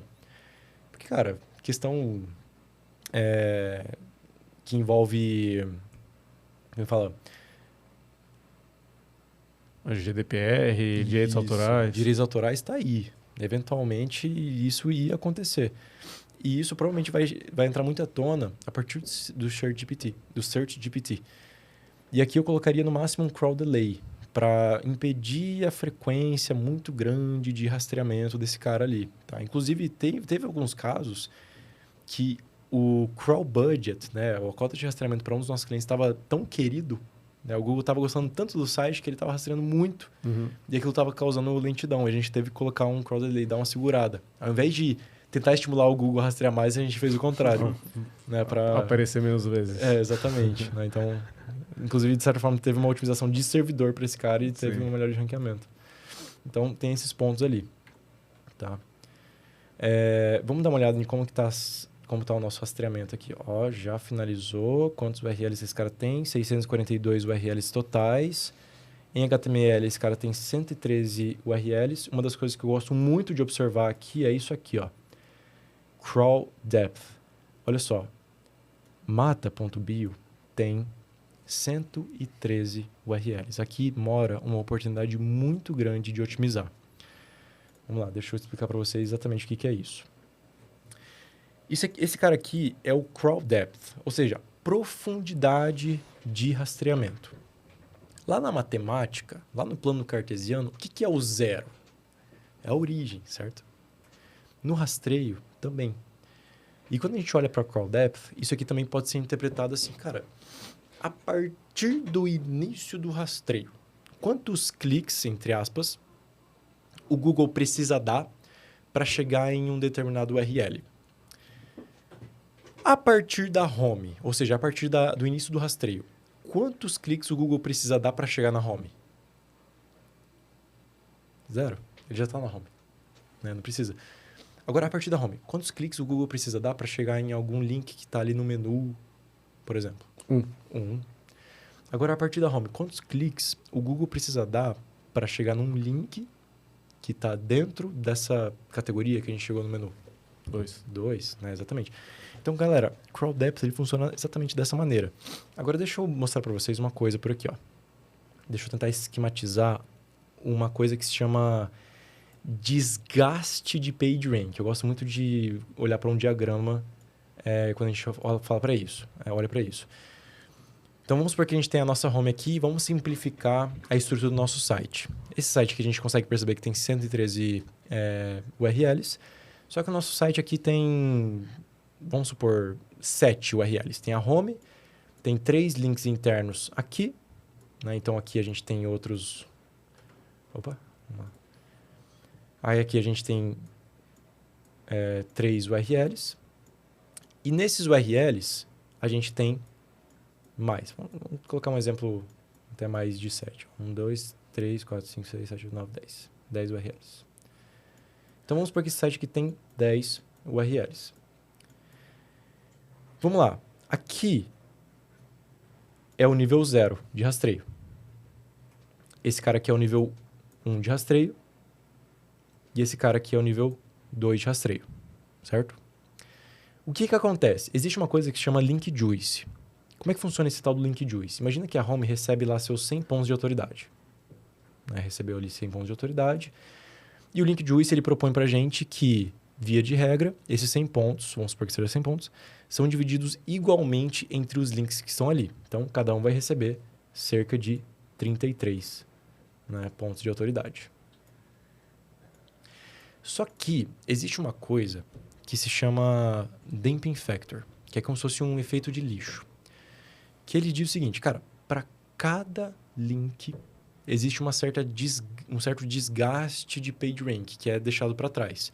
Então aqui, ao invés de 33, vamos supor que são passados 30, no caso, por conta desse efeito de lixo, efeito de desgaste. Então, na verdade, são passados 30 pontos de PageRank. Então, esse cara que vai estar recebendo 30 pontos, agora ele divide em 2, né? Então, cada um vai receber o quê? 15 pontos de autoridade.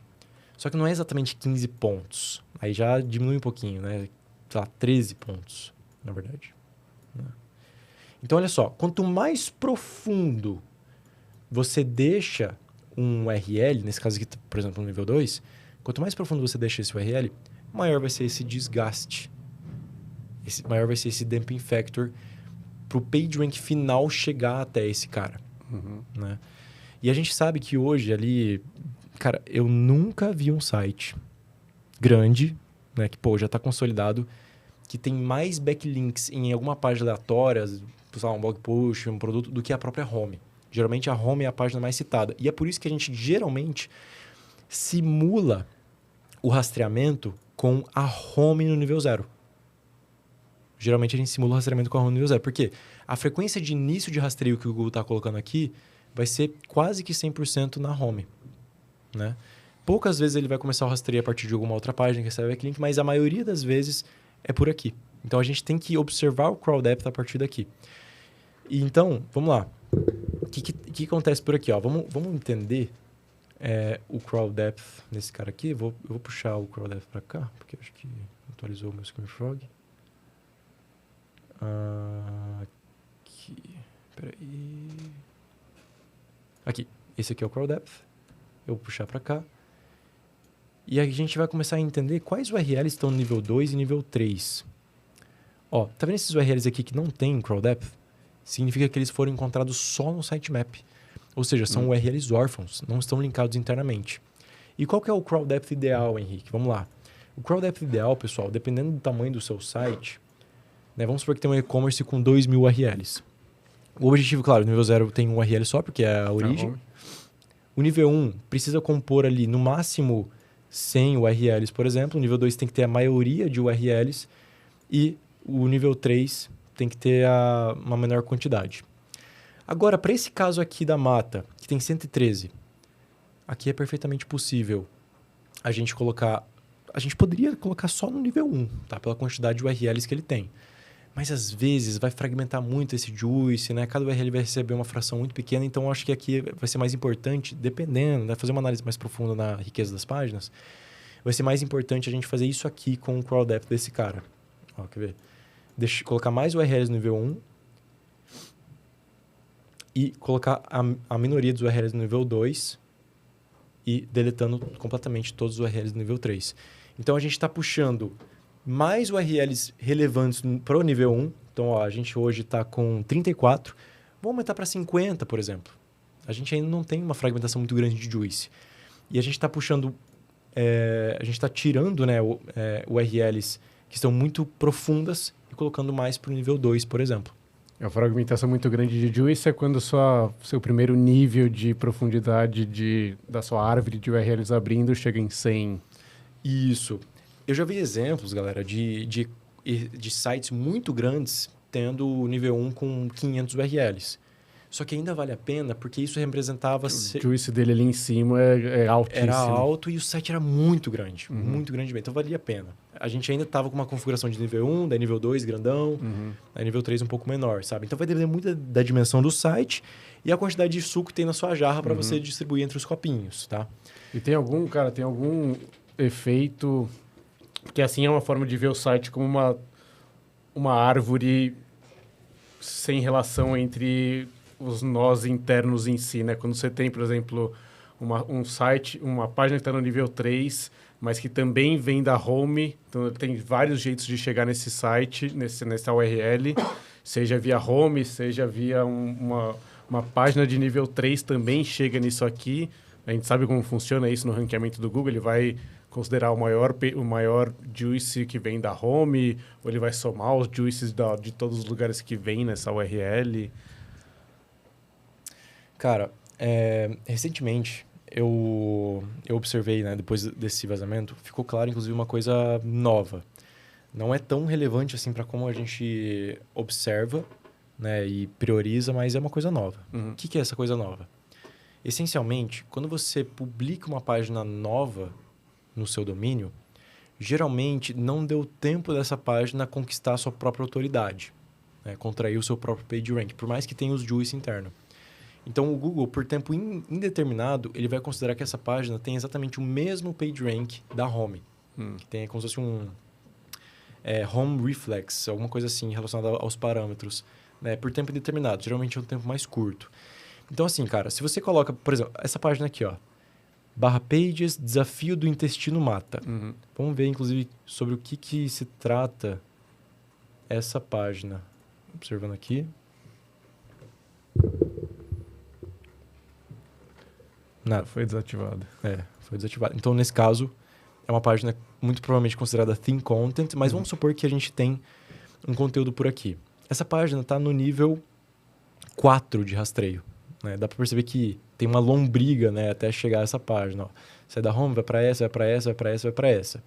Então, essa página aqui, como ela está muito distante, o Google tem uma clareza a respeito da estrutura e ele entende o quão distante essa página está da fase principal do seu site. Né? A grande contextualizadora do seu site, que é a própria home.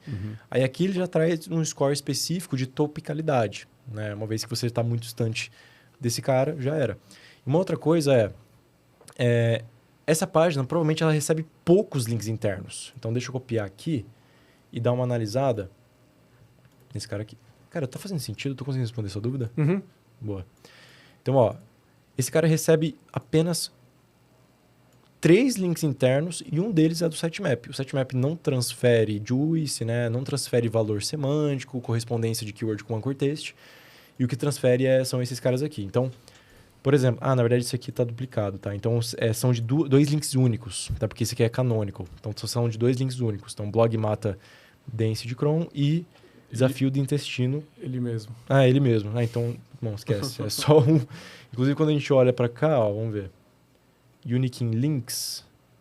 Cara, tem muito dado, muito parâmetro por URL, então tem que dar uma boa vasculhada aqui de vez em quando. Ó. Ah, não, Unique in Links 2, porque ele está considerando o sitemap. Mas a gente não consideraria o sitemap. Então, assim, existem pouquíssimos sinais sendo enviados para esse URL. Então, quanto mais profundo na estrutura, maiores as chances disso aqui acontecer. Se esse cara está numa estrutura ali de nível 2, por exemplo, provavelmente esse cara está linkado em mais páginas, né? Tem mais páginas fomentando ele. Inclusive, quando a gente olha para um diagrama de rastreio, fica muito claro para perceber quais são os URLs excluídos, né, digamos assim. A gente acabou de notar uma página irrelevante, que inclusive pode estar machucando a relevância como um todo do domínio. Quando a gente tem alguns thin contents, né, no nosso domínio, ou páginas que são consideradas inclusive como soft 404, que é potencialmente aquele caso, né, só tem um título e mais nada, e thin content seria uma página que poderia estar tentando escrever alguma coisa ali, mas está sendo considerado como conteúdo relevante, isso puxa todo o score da relevância do seu site para baixo. Tá? Então, é uma das coisas que é perfeitamente plausível de ser aplicado nesse site aqui. Cara, vamos analisar toda a estrutura dele, vamos melhorar o crawl depth, vamos tirar conteúdo irrelevante, vamos afunilar cada vez mais a topicalidade para esse cara ficar mais próximo do vetor de correspondência do seu próprio nicho. Inclusive, cara, para domínios que competem à saúde, é ainda mais difícil de ranquear. Existe uma coisa que chama Your Money, Your Life. Já ouviu falar? Não. Your Money, Your Life é como se fosse uma métrica. É uma percepção. Não sei se chega a ser uma métrica, mas é uma percepção que o algoritmo do Google coloca para cada nicho. Por exemplo, são nichos que, dependendo da forma que você coloca um conteúdo, dependendo da forma que você atribui um tipo de produto para o usuário, ele pode impactar financeiramente ou pode impactar de uma maneira mais drástica na vida. Por exemplo, qualquer produto que tenha a ver com saúde, qualquer infoproduto que tenha a ver com financeiro, né? Ou qualquer cassino, qualquer coisa que envolva, né, o impacto na vida do usuário, ele está caracterizado como um Your Money, Your Life alto. E para isso, para você obter a confiança do Google ali, você precisa ter uma topicalidade muito bem organizada, você precisa ter uma relevância muito bem construída. Autoridade. Isso, popularidade ao topo, autoridade no topo, né? Muito bem construído. Então, assim, dá para perceber que existem algumas oportunidades. A gente poderia ficar até semana que vem citando as oportunidades para a Mata, mas eu diria que essa, inclusive, são as oportunidades que cabem para outros negócios. Ver crawl depth, olhar para dado estruturado, entender topicalidade, entender a distância entre uma página e outra, sempre centrar nessa questão. E, claro, garantir que o site esteja muito bem renderizado para o Google cada vez mais entender melhor o seu negócio. Boa. E, Henrique, pensando agora numa ação, todo final de podcast, uma coisa legal que nós queremos trazer é o que um dono de e-commerce deveria fazer depois de escutar todo esse episódio agora que poderia ter algum tipo de impacto no SEO do site dele. Legal, legal. Cara, primeiro, busca a palavra-chave principal non-branded no Google. Qual posição você está por ali? Está muito longe, mas muito longe mesmo? Garante que você está tentando entregar um conteúdo de qualidade para o usuário. Pô, eu estou entregando. Olha para a sua autoridade.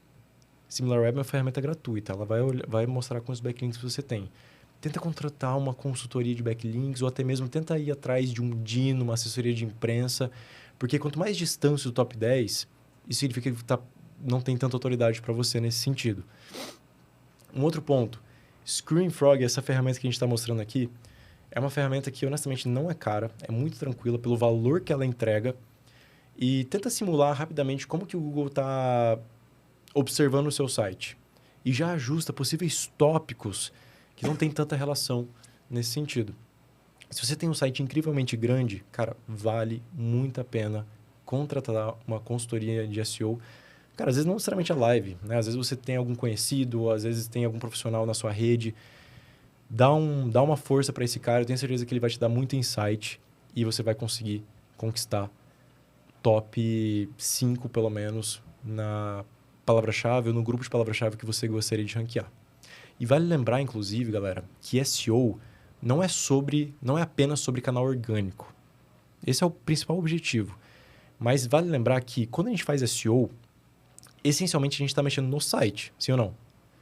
E o site, vocês concordam comigo que ele é justamente a pista de pouso para qualquer usuário, independente do canal?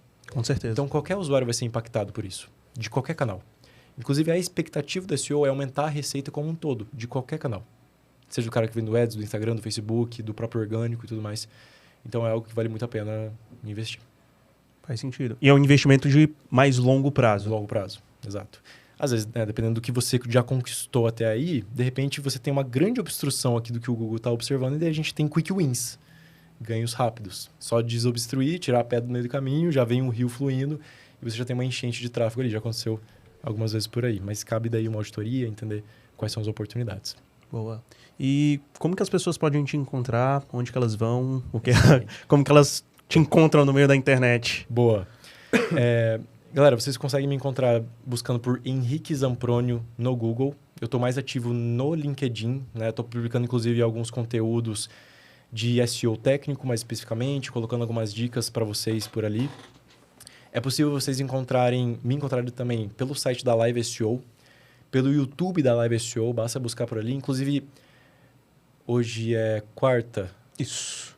Quinta-feira passada eu fiz um webinar especificamente sobre os principais aprendizados desse vazamento do Google. Acho que vale a pena dar uma olhada.